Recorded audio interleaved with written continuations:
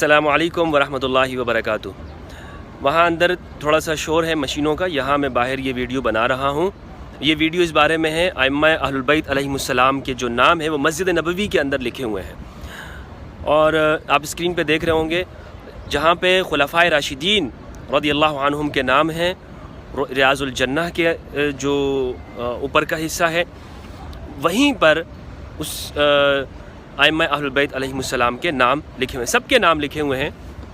अबू हुरैरा है और अनस इब्न मालिक, ज़ुबैर इब्न अव्वाम वगैरह, अशरा मुबशरा के भी हैं, खुलफाए राशिदीन के भी हैं। वहीं पर इमाम अइम्मा अहलुल बैत अलैहिमुस्सलाम के नाम हैं। इमाम अली अलैहिस्सलाम, इमाम हसन, इमाम हुसैन, इमाम ज़ैनुल आबिदीन सय्यद सज्जाद, इमाम मोहम्मद अल-बाक़िर, इमाम जाफ़र सादिक़, इमाम तक़ी, इमाम नक़ी, इमाम रज़ा अलैहिमुस्सलाम, ये सब के नाम मुबारक जो हैं अस्माए गिरामी वो यहाँ पे लिखे हुए हैं। बताना मकसूद ये है इस वीडियो के अंदर कि मस्जिद नबवी के अंदर ये नाम लिखे हुए हैं, तो इसका मतलब ये है कि ये नाम जो है जो हमारे यहाँ पाकिस्तान में अगर किसी के घर में लिखे हों या किसी जगह पर हम देख लें तो हमारे यहाँ समझा जाता है कि ये कुछ शियों के नाम है। ऐसा नहीं है भाई, मस्जिद नबवी के अंदर लिखे हैं, ये अइम्मा अहलुल बैत अलैहिमुस्सलाम हैं। क्योंकि ये लोग जानते हैं भाई इस्लाम तो यहाँ से आया ना, इन लोगों को मालूम है। हमारे यहाँ तो पता नहीं पहुँचते पहुँचते कितनी तहरीफ़ात हो गई और कितने कितने फ़िरक़े रास्ते में वो ईजाद हुए।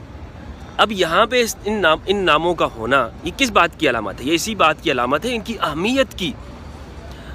कितनी अहमियत है इस्लाम में इन ज़बात क़ुदसिया की, और हदीस सकलैन वो इनके सामने है।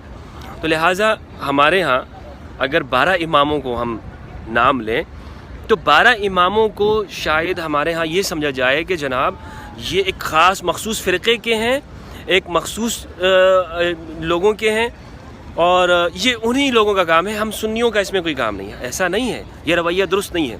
फिर एक और बात जो अहम बात मालूम होती है वो ये है कि मैंने पूरे जगह पर ये नाम यानी देखा कि कहीं पर मुझे मालूम ये पता चले कि किसी तलीक़, किसी तुलक़ा में से किसी का नाम लिखा गया हो उन्होंने, तो मुझे नहीं मिला कि इन जहाँ पर यानी अबू हुरैरा जैसी शख्सियत का नाम यहाँ पे लिखा हुआ है।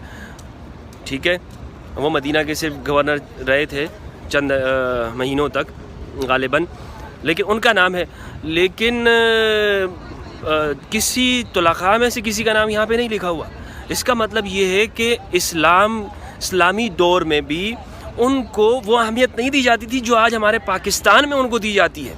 एक ख़ास तरीक़े से उनका नाम चढ़ाया जा रहा है और चलाया जा रहा है। मस्जिद नबवी में किसी जगह उनका नाम नहीं है। अइम्मा अहलुल बैत का है, असहाब सुफ़ा का है, असहाबुल अशरा का है, यानी अशरा मुबशरा का, और ये रिवायत भी मेरे नज़दीक महल नज़र है। लेकिन खैर खुलफाए राशिदीन का नाम है रिदवानुल्लाहि अलैहिम वहाँ, लेकिन किसी जगह पर भी मैंने उनका नाम नहीं देखा। जो हमारे यहाँ बस उसको इतना यानी उन नामों को पेश किया जाता है, फजीलतें बयान की जा रही हैं जी, वो अजीब सी सूरत हाल है। अजीब हमारे यहाँ लोगों का हाल हो गया है, इन मौलवियों ने कर दिया है। तो ये बताना मकसद था। अइम्मा अहलुल बैत अलैहिमुस्सलाम के नाम हैं। अइम्मा अहलुल बैत वो सिर्फ शियों के नहीं हैं। हदीस सकलैन, आप सल्लल्लाहु अलैहि वसल्लम ने फरमाया मैं तुम्हें 2 चीज़ें छोड़ के जा रहा हूँ। हदीस सकलैन हमारे सामने होनी चाहिए। और दोस्तों मैं ये आपको बताऊँ कि कहते हैं ना कि इसमें तो किताबुल्लाह से इस्तिमसाक कहा गया। बहुत सारे उलमा इस बात को मानते हैं कि जी अहलुल बैत की इज़्ज़त और तौक़ीर होनी चाहिए, लेकिन उनको वाजिबुल इत्तिबा नहीं मानते। मैं उनसे ये कहता हूँ, उनकी दलील ये है कि इसमें आप सल्लल्लाहु अलैहि वसल्लम ने फरमाया 2 चीज़ें छोड़ के जा रहा हूँ, किताबुल्लाह और मेरी अहलुल बैत। किताबुल्लाह को मजबूती से थाम के रखो। अहलुल बैत के बारे में कहा कि उज़क्किरुकुमुल्लाह, सिर्फ अल्लाह को याद दिलाता हूँ, यानी उनकी मोहब्बत करो। उनके बारे में इत्तिबा नहीं है। यह इंतहाई तहरीफ है इस माने के अंदर। उसकी वजह ये है, और अरबियत को ना समझना है, उसकी वजह ये है कि जब 2 चीज़ों का बयान एक साथ हो जाए पीछे, तो अब आगे जो ज़मीर उसकी तरफ लौटाई जाती है वो ज़मीर वाहिद की होती है। तस्निया कभी तस्निया की भी हो जाती है, कभी वाहिद की हो जाती है। कुरान मजीद में इसके बहुत सारे नज़ायर मौजूद हैं, बहुत सारी मिसालें मौजूद हैं कि 2 चीज़ों को एक साथ इसमें ज़ाहिर की शक्ल में बयान कर दिया। अब जो आगे जो ज़मीर आ रही है तो वो मुज़मर की जानिब, यानी मुज़मर से मुराद जो इसमें ज़ाहिर हो, जिसका बयान पहले हो चुका हो, उसकी तरफ जो ज़मीर आयद होगी वो वाहिद की ज़मीर होती है। ये अरबियत का कायदा है।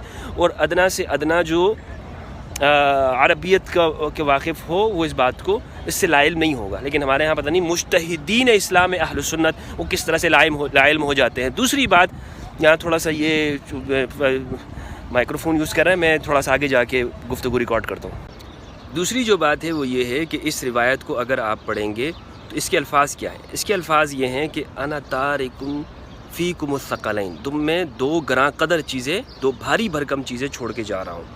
وہ کیا ہے؟ اولہما, ان دو میں سے ایک, کتاب اللہ, اللہ کی کتاب ہے, فی الہدا و نور, اس میں ہدایت ہے اور نور ہے. فخذوا بکتاب اللہ, کتاب اللہ کو پکڑو. کیا مطلب؟ کتاب اللہ کو لو, ٹھیک ہے, کتاب اللہ کو اپنے احکام کے لیے لو, کتاب اللہ سے اپنے مسائل کو حل کرو, کتاب اللہ سے اپنے استنباط کرو. اور یہ تو اہل البیت علیہ السلام بھی کتاب, یہ سب کے لیے حکم ہے. یعنی اہل البیت علیہ السلام, خود امام علی علیہ السلام کا اصول یہ ہے کہ کسی مسئلے میں وہ سب سے پہلے کتاب اللہ کو دیکھتے ہیں. تو سب کے لیے عام ہے کہ وہ کتاب اللہ سے مسئلہ کو لیں گے. لیکن اب جو آگے کا یہ ہے اقتداء ہے, ٹھیک ہے, اتباع, یعنی ایک عام شخص کے بارے میں تو ہمارے مولوی بھی کہتے ہیں کہ وہ قرآن کی ڈائریکٹ اتباع نہیں کر سکتا, وہ اپنے مسائل نہیں نکال سکتا, تو وہ کیسے اس کے لیے کتاب اللہ قابل اتباع ہے؟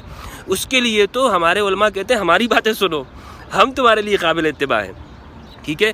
دوسروں عام لوگوں کے لیے تو نہیں کہہ رہے ہوتے نا ہمارے لوگ کہ تم, عام لوگوں تو ترجمے کے ساتھ بھی منع کرتے ہیں بھائی. تو عام لوگوں کے لیے تو کتاب اللہ اتباع تو تب ہے, قابل اتباع بن ہی نہیں سکتی ہے ان مولویوں کے بقول, ٹھیک ہے. تو وہ یہی معنی ہے کہ یہ بات سب کے لیے عام ہے. آگے جو اقتداء کرنی ہے, جو پیروی کرنی ہے کسی مسئلے کے اندر, وہ کن کی کرنی ہے؟ وہ ان کی کرنی ہے جن کو حدیث میں الثقلین کہا ہے. آگے پھر آپ صلی اللہ علیہ وآلہ وسلم نے فرمایا اذکرکم اللہ فی اہل بیتی, اذکرکم اللہ فی اہل بیتی, اذکرکم, 3 مرتبہ ارشاد فرمایا. 3 مرتبہ ارشاد فرمانا تاکیدن ہے, تاکیدن یعنی بھولنا نہیں ہے, یہ حکم ہے, یہ اتنی تاکید ہے اس کے اندر.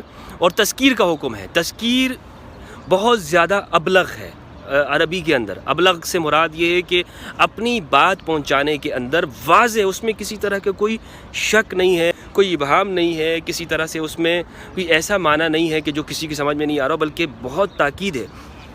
تو اس تاکید کو کس طرح سے آپ صلی اللہ علیہ وآلہ وسلم نے بیان کیا, 3 مرتبہ آپ نے ارشاد فرمایا. تو یہ 3 مرتبہ ارشاد, تذکیر کا جو لفظ ہے اذکر, تذکیر کہتے ہیں کہ کسی چیز کو اپنے دماغ میں بالکل بٹھا لینا, کہ اس کی یاد دماغ سے بھولے نہ پائے, اس کی یاد دماغ سے بھولے نہ پائے. ذکر اللہ کو کیوں ذکر اللہ کہتے ہیں؟ ذکر اللہ اس لیے کہ آپ نے ہمیشہ اپنی ہر سانس کے ساتھ آپ نے اللہ کو یاد کرنا ہے. آپ جس طرح دل دھڑک رہا ہوتا ہے اسی طرح ہر دھڑکن کے ساتھ آپ کا پروردگار کا نام ہونا چاہیے. تو اسی طرح ہر سانس کے ساتھ تم نے اہل البیت علیہ السلام کا مقام سمجھنا ہے. ذکر یہ صرف یہ نہیں ہے کہ اہل البیت کا نام آیا تو انگوٹھے چوم لیے, جی تھوڑے سے آنسو بہا لیے, تھوڑے سے ٹسفے کر لیے, اور اہل البیت کا نام آیا تو کچھ دن ایام ان کے لیے نہیں. اہل البیت کا نام آئے گا تو صرف ہمارے ہاں بہت سے ناسبی بھی اہل البیت کی محبت کرتے ہیں. جی نام آتا ہے تو سر جھکا لیتے ہیں, یا نام آتا ہے تو جی اہل البیت زبانی یہ نہیں ہے.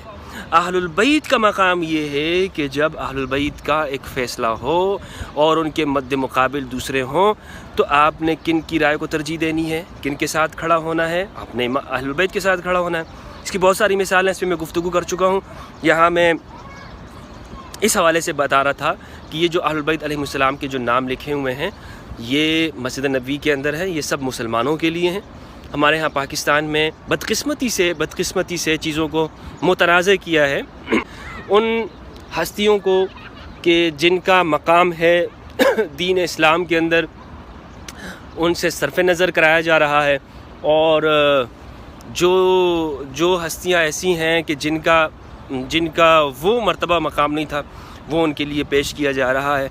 تو یہ ہمارے ہاں بہت ایک دین کے ساتھ ایک مذاق کیا جا رہا ہے. امید کرتا ہوں کہ اس حوالے سے رہنمائی ہوئی ہوگی دوستوں کے لیے.